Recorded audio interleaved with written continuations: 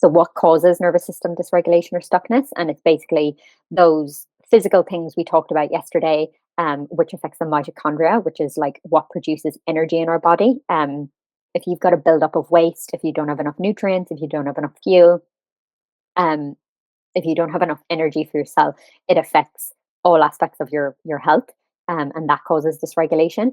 And then some of us are might identify as empaths or highly sensitive. I don't know if you've ever heard of that, but that's just it's kind of seen as like a bad thing, but that's just because of society is just so fast paced and so like want to be productive and do all the things and hide your emotions and um, just be perfect and do all the things and don't be lazy and give to others. And our modern society, again, with social media, with the pace of life, with everything, people who are highly sensitive, it just means that we just feel our emotions more, like noises are louder, smells are smellier. I don't know, just all of our senses are heightened and we can feel like other people's energy more. When you walk into a room and you feel like the vibe, usually like empaths are more, can feel that more, like other people's energy. They can sense something's off.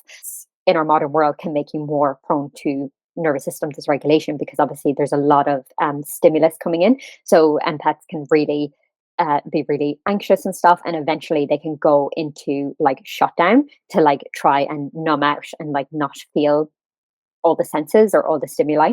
Um, and there's a reason for like some people are not more sensitive and some people are, and that is because some people are meant to be more immune to go out. Like back in the day, primal times, they'd go out and they'd go hunting and they'd kill things and they just like could face the elements and things like that. They just weren't as sensitive. There's those people, nothing seems to phase them, and they're just like, yeah, immune to things. Whereas empaths were probably meant to be more, they make art and they were creative and they could connect more with people. Like they could feel other people's, they could be more in tune with people and be empathetic, kind of more, be the glue that holds the tribe together because they can kind of like intuitively tell what people need and things like that. They're probably more nurturing. They're the healers, things like that. So there was a place for both. But unfortunately, like the way we've built our society, like with all the stimulation and all the expectations and the rigidity of how we're meant to work, 9 to 5, you get the weekend off, like just all these expectations and um yeah, hasn't worked well towards highly sensitive people. And then how your brain has stored past information, like I talked about, difficult experiences, trauma, just like how you see the world based on your values, beliefs, rules, identity. Um, but you're not stuck like this. If you just think it's who you are, that's not true. Because neuroplasticity shows that we can actually make brain changes, not as quickly as kids, but we can still do it. We can rewire our brains to be more positive, to like think different thoughts, to believe we can do things better. Um, and that also comes in tune with rewiring like our body, letting go of those past experiences like in our body and regulating our nervous system so that over time it gets easier and easier for you to do the things you want to do, to be the person you want to be, to act like you want, to wake up in the morning and not have like negative thoughts all the time, or not go into like anxiety or freeze. The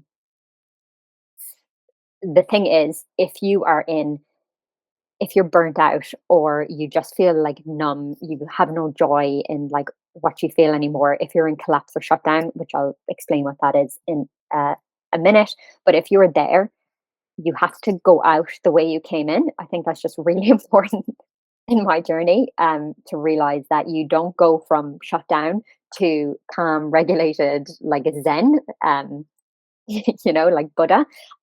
You have to feel all the feelings that you've been actually pushing down. You have to go through the anxiety and the anger and the actual fight or flight. You have to go back into fight, flight, freeze again, because they are actually a step up from shutdown. Shutdown is when all of that got like way too much for you. So you just shut off and numb out, and yeah, you just don't care anymore. You're apathetic. You like life has no color, like you're just kind of numb, you don't really care, you can be really sad and depressed and things like that. And usually this comes with, and not all the time, but usually eventually comes with all those like health symptoms as well, because your body's like shutting down. So your sex hormones will be shut down, like progesterone and things like that eventually. Um, and this is your body protecting you, by the way.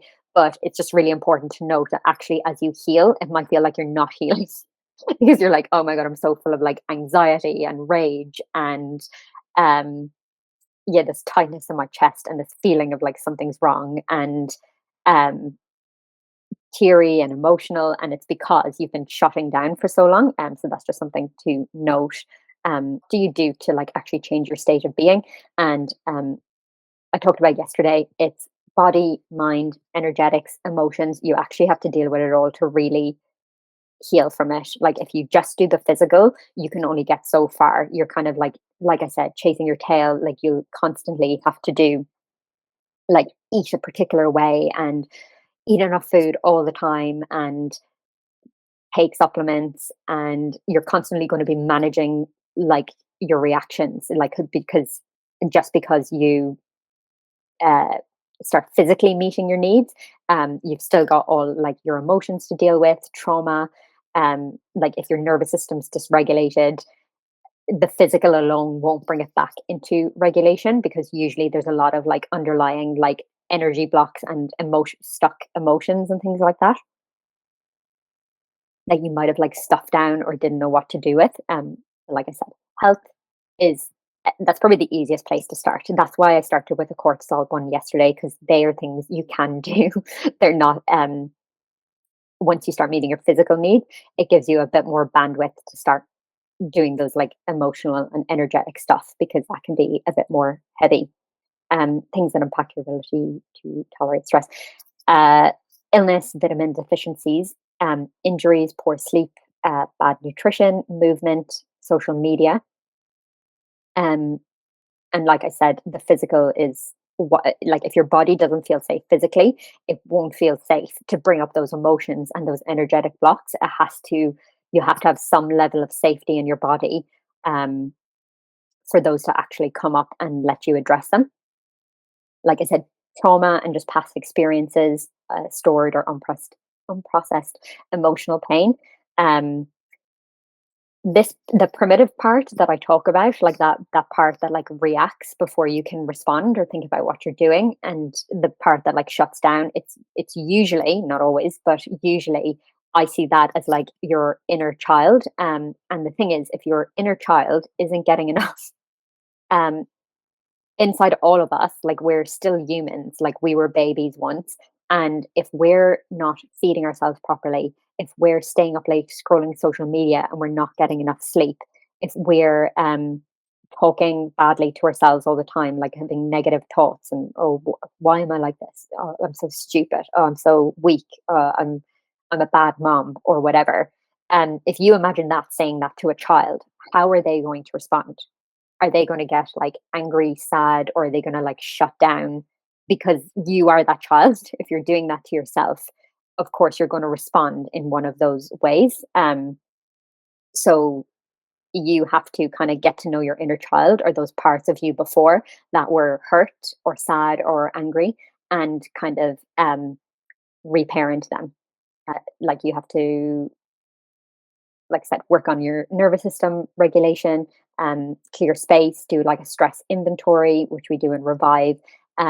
Start thinking about like your boundaries. And this isn't just with other people, this is actually with yourself as well. When you're reparenting yourself, you have to think, if you were a regulated parent, like a responsible, regulated parent, like boundaries are making sure you're eating 3 meals a day, making sure you're getting enough sleep, looking after yourself, resting enough, social media, that you have your basic needs met and you have social connection.